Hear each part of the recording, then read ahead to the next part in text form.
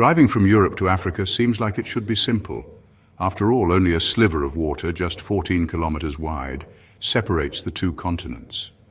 So why, after more than a century of trying, has every ambitious plan to build a bridge across this gap resulted in nothing but failure?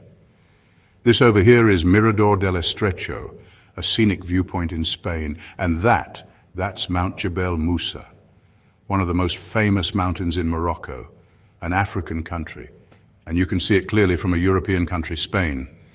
That's because the body of water between Spain and Morocco, the Strait of Gibraltar, is only 14 kilometers wide. Without traffic, you could cross it in half an hour. This means that if a bridge or a tunnel was built across the Strait of Gibraltar, you could get from Europe to Africa in just 30 minutes. Just imagine. This wouldn't just be a huge deal for Spain and Morocco, or even just for Europe and Africa. This would be a massive strategic advantage for the entire world. Think about it. Every year, 100,000 ships and almost 20,000 oil tankers pass through this strait.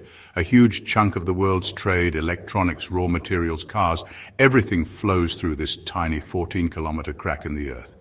So many European, African, and Asian countries are heavily dependent on it. But despite all this, for 100 years, no one has managed to build a bridge connecting the two. But why? It's not like building big bridges is impossible. China built a bridge 4 times longer than this, the Hong Kong-Zhuhai-Macau Bridge, and they did it in just 9 years. And what about long tunnels? We have plenty. The Channel Tunnel, 50 kilometers long, connects the UK and France. It was the longest in the world when it was built in the 90s, and it was finished in just 6 years. The project to link Spain and Morocco has been going on for a century. In fact, famous engineering companies have even won contracts for it, the kind of companies that have performed miracles in impossible places like the Swiss Alps. But all the brilliant minds in the world, they just get stuck right here. Every idea fails. Every engineering plan either stays on paper or sinks into the depths of the sea. So the real question is, what secret is hidden in the Strait of Gibraltar that it keeps defeating human ambition again and again? Let's find out. The first and most massive problem, the one that kills most ideas right away, is the mind-blowing depth of the strait. When you think of a bridge, you think of giant legs or pylons standing firmly on the seabed. But in the Strait of Gibraltar, the seabed is basically a chasm. The water here plunges down to 900 meters. That's almost 3,000 feet deep. Let's try to picture that. The Burj Khalifa, the tallest building in the world, is 828 meters tall. Now imagine trying to build a bridge pylon that is than the Burj Khalifa. Not starting from solid ground in a desert, but from the dark, crushing blackness of the deep ocean and building a bridge on top of it. One of the craziest proposals from a famous engineer named T.Y. Lin called for towers that were 910 meters tall. Let's compare it to the Channel Tunnel, the project that successfully connected the UK and France. The English Channel has an average depth of just 54 meters, and at its deepest, the tunnel is only about 75 meters below sea level. The Strait of Gibraltar is, in some places, more than 10 times deeper. Building bridge foundations in water that deep isn't just hard. It's probably beyond what our current technology can even do. The water pressure at 900 meters is crushing. You can't see anything. Just getting materials and equipment down there is a logistical nightmare. You can't just send divers down to work. You'd have to invent completely new ways to build in the deep sea, probably using advanced robots, all while fighting conditions worse than what the biggest offshore oil rigs face. The depth alone makes this project go from difficult to nearly impossible. But the problems don't stop at the bottom. In fact, that's where they get even worse. Okay, let's pretend for a second. Let's say an engineer could magically design a pylon that could reach the sea floor. What would it find there? Strong, solid rock? Nope. The geology of the Strait of Gibraltar is a bridge builder's worst nightmare. Surveys have shown that the seabed isn't flat or solid. It's a mess of valleys and ridges, and worse, most of it is made of soft, unstable junk. Geologists call it clay fleisch, but in simple terms, it means the bottom is made of thick layers of soft, shifting clay and mud. It's like trying to build a skyscraper on a foundation of jello. Imagine trying to drive a massive pillar, hundreds of meters tall, into that soft, slushy material. The weight of the bridge needs a solid anchor, but the seabed itself is weak and moving. The foundations could just sink, shift, or fail completely. To secure anything, you'd have to drill hundreds of meters deeper into the seabed, through all that soft stuff, just hoping to hit something solid. This isn't just a construction issue, it's a fatal flaw. The ground itself, almost a kilometer under the waves, refuses to cooperate. This unstable foundation, combined with the crazy depth, is a 1-2 punch that has knocked out pretty much every bridge idea so far. And yet, even if we could solve all that, there's another violent force at play every single day, the water itself. The Strait of Gibraltar is not a calm body of water, it is a battlefield. It's the exact spot where two massive and totally different oceans, the Atlantic and the Mediterranean, smash into each other. This collision creates a war zone with some of the most powerful currents on the planet. Here's what happens. Atlantic Ocean water is colder and less salty. The Mediterranean water is warmer and saltier, which makes it heavier. So when they meet at the strait, they don't just mix. Instead, they create a relentless two-lane highway from hell. On the surface, a huge amount of lighter Atlantic water rushes east into the Mediterranean. At the same time, deep below, a powerful current of heavy Mediterranean water flows west into the Atlantic. We're not talking about a gentle river here. This creates massive underwater whirlpools and chaos. Now imagine sticking a giant bridge pylon right in the middle of that. The force of these currents hitting the structure would be immense and constantly changing, causing it to vibrate. Over time, these vibrations could weaken the structure and lead to a total collapse. These currents would make building the bridge a nightmare too. Every ship, every piece of equipment would be tossed around by these powerful underwater flows. It's an active, hostile force fighting you every step of the way. The strait is a natural funnel, and the forces it unleashes are a constant reminder that this is no place for a giant, rigid structure. As if the depth, the mud, and the currents weren't enough, the Strait of Gibraltar sits on one of the most active earthquake zones in the Atlantic. This is where the Eurasian and African tectonic plates are literally crashing into each other. This ongoing collision means the whole area is prone to massive earthquakes.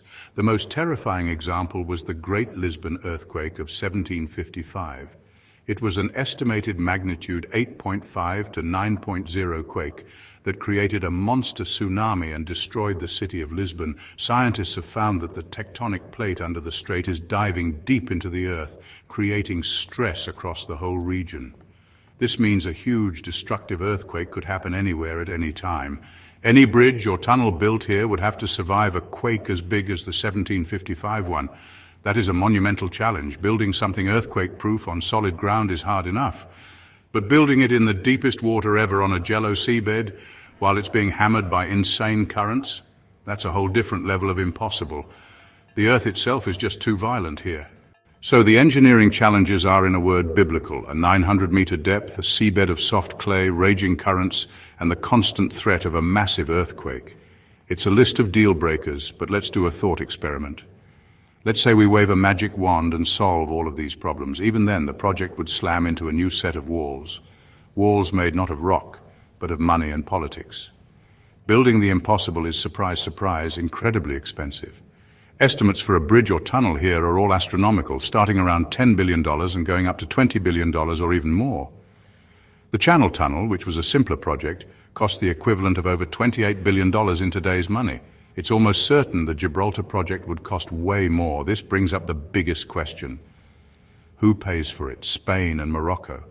Both countries have a million other things to spend their money on, like healthcare, schools, and fixing the roads they already have. Committing tens of billions to one super risky project is a tough sell. Could the EU or the World Bank fund it? The EU has kicked in a couple of million for studies, but that's a drop in the ocean. To get that kind of money, you need a rock-solid business case, and that's where the argument falls apart. Is there a desperate need for this link? The simple answer is no. Right now, a strong network of ferries and airplanes handles all the traffic just fine. They move millions of people and tons of cargo every year, cheaply and efficiently. Sure, a tunnel would be faster, but does the current demand justify a multi-billion-dollar price tag? Projections show a tunnel might carry about 13 million passengers and 13 million tons of goods a year. Those are big numbers, but you have to weigh them against the insane construction and maintenance costs. A structure in this environment would need constant, ridiculously expensive upkeep. The money it makes from tolls would have to cover not just the building cost, but a forever war against rust currents and earthquakes. The whole thing looks less like a smart investment and more like a black hole for money.